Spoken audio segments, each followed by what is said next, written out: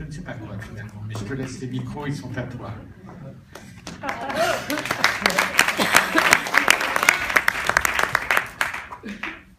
Alors, c'est le récit picaresque. Rassurez-vous, je ne chante pas. Hein. C'est donc le récit picaresque d'une semaine passée au Chabannes, avec pour sous-titre une histoire d'eau.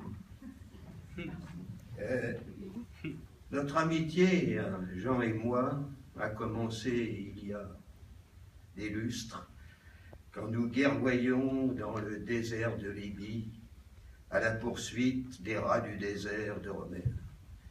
Bébé, rassure-toi, je sais que tu en as soupé de nos récits, glorieux pourtant.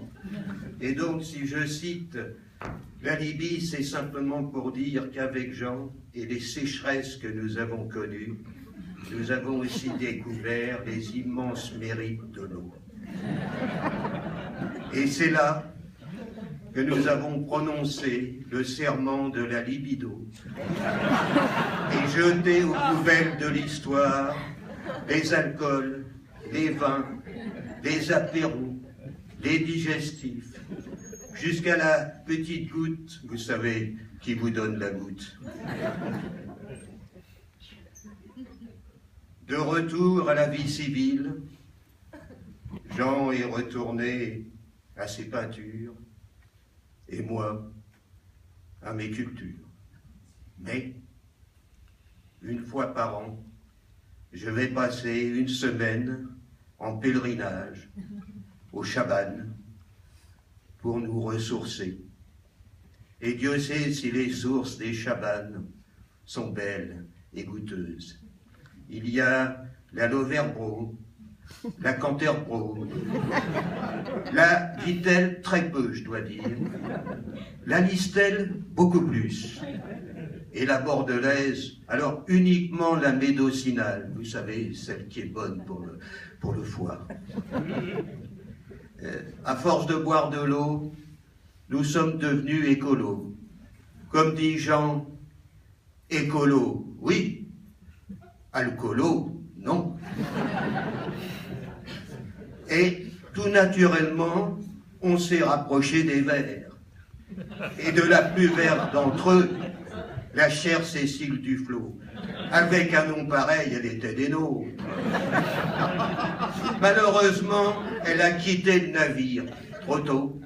Et tout ça pour se rapprocher de l'extrême gauche et ne plus boire que du gros rouge. Quelle horreur! Du coup, on s'est rapproché du centre, et pour respecter la parité, on a choisi de contacter l'homme du Grenelle de l'environnement. Ça paraissait logique. Au début, ça s'est bien passé, jusqu'au jour où il nous a déclaré tout de go « J'abhorre l'eau ». Décidément, ces politiques, on ne peut pas leur faire confiance. Je dois dire qu'après ces déceptions, on a eu une grande joie. Et ça, c'est Jean-Michel qui nous l'a donné. Un jour, nous avons reçu une invitation pour nous rendre à un de ces spectacles.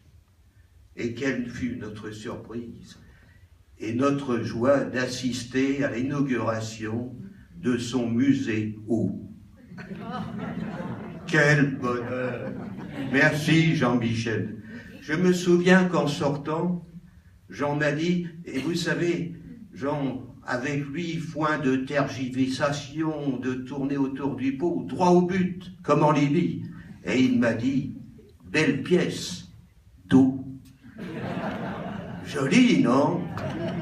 Et vous savez, il dit ça avec ce sourire, un tantinet goguenard, un poil moqueur, mais avec tout ce charme qui fait que les femmes frétillent, y compris Annick, c'est la mienne. Et Jean n'a pas été sans s'en rendre compte, si bien que fort récemment, il lui a proposé de l'emmener à Venise pour son anniversaire. C'est vrai. Non.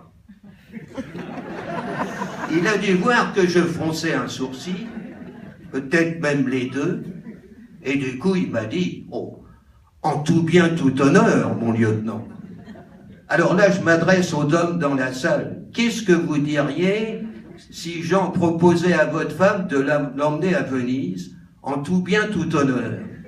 Ça interpelle, hein? Bon, enfin, passons sur ce moment un peu délicat.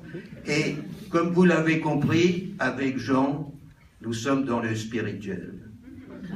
Avec Bébé, je suis dans le culturel. Car elle a l'extrême gentillesse de m'emmener visiter les plus beaux monuments de la région.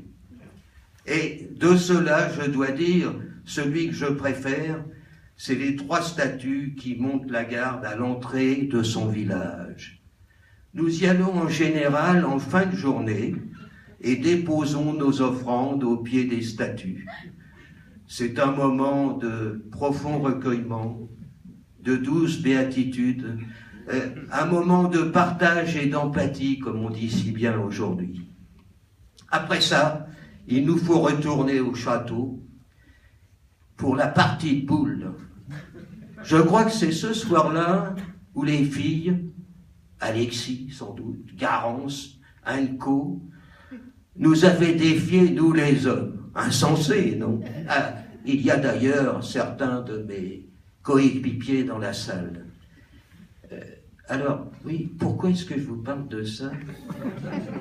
Ah oui, non, ah oui, le résultat, non, je vous en parle pas, hein. Ah, il est con, celui-là. Oui, quand je me traite de con, je dis ça à la 3e personne. D'abord, ça a plus de gueule, et en plus, on peut croire que c'est un autre. Pas con, hein? Donc, après ça, c'est le dîner, et alors là, je me permets de donner un aperçu de nos menus au Chabannes. Au petit-déj, vous savez, c'est comme ça qu'on est dans le coup maintenant, on dit au petit-déj. Alors au petit-déj, c'est flacon d'avoine et verre de lait. À midi, salade et légumes. Et le soir, soupe et fruits. Alors étonnez-vous après ça que Jean soit le plus svelte, le plus fringant et le plus altier de nos nonagénaires. Hein? Voilà.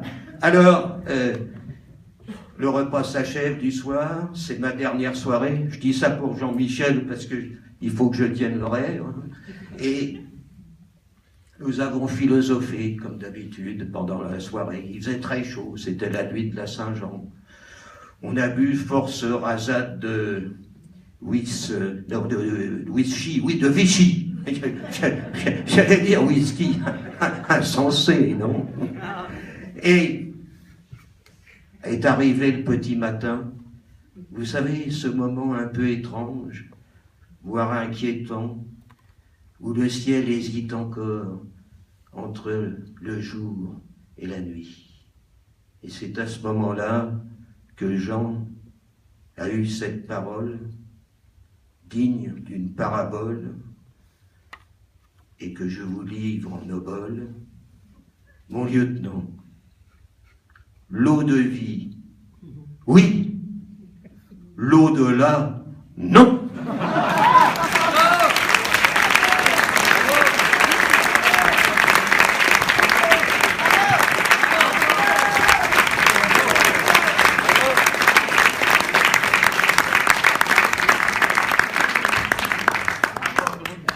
Alors maintenant, on peut dire qu'ils sont coincés de la famille.